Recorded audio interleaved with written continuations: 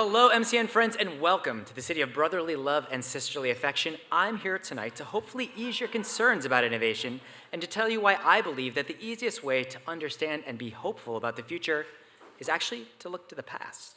You see, while modern technology might be disrupting the world at a speed we've never seen, I'd like to posit that today's advancements closely mirror the progress that we witnessed nearly 150 years ago at the Centennial Exhibit right here in Philadelphia, PA.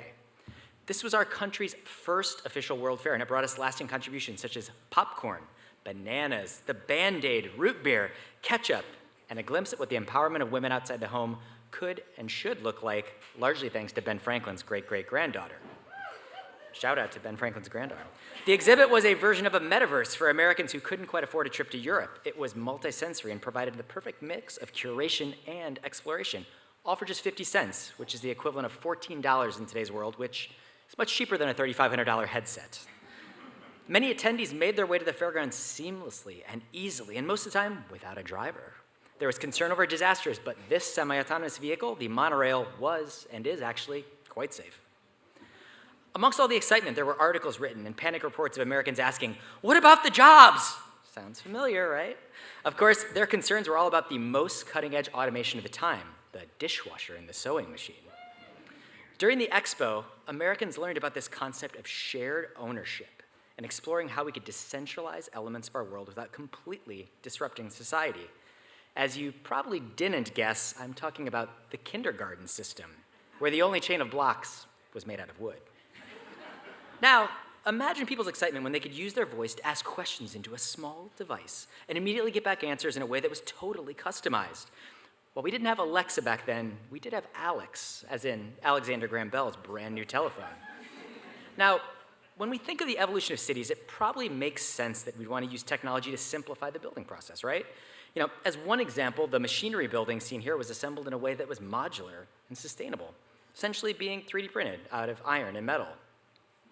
So once people began to understand that even a traditional object could be, as it was termed, electrified, we searched for ways to modernize them to provide even more tools. The typewriter and the electric pen helped us write on lines, but they were also early foreshadows of the Internet of Things online.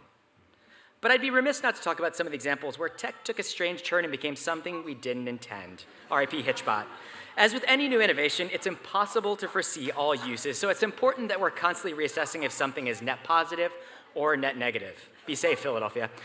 For instance, many visitors brought home souvenirs like wreaths made of human hair or a Liberty Bell made of soap.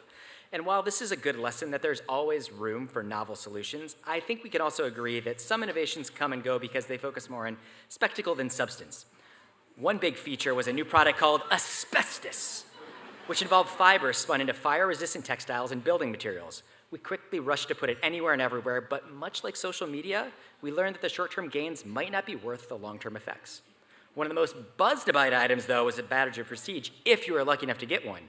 However, once people actually stopped to think about it, they realized that the portable bathtub was useful on some occasions, but to most it was a token that was quite fungible. But I saved the star of the show for last. Imagine this, mechanically informed processing meant to increase human potential. But back in 1876, the AI was called CE, as in the coreless engine, a generative, steam-powered tool that made almost every industry more productive. Okay, joking aside, there's a reason why nearly 10 million people took boats, carriages, train, or foot to visit the exhibition. This subject matters to me because I think there's a ton we can learn from studying the evolution of how we view, perceive, and create the future. Keep in mind, this event was only 11 years after the end of the Civil War, yet we somehow joined together to pursue the next great thing and a better future.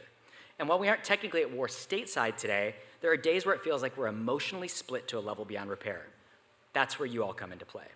What I admire about the exhibition and your museums is that you both play an essential role in bringing people together in real life.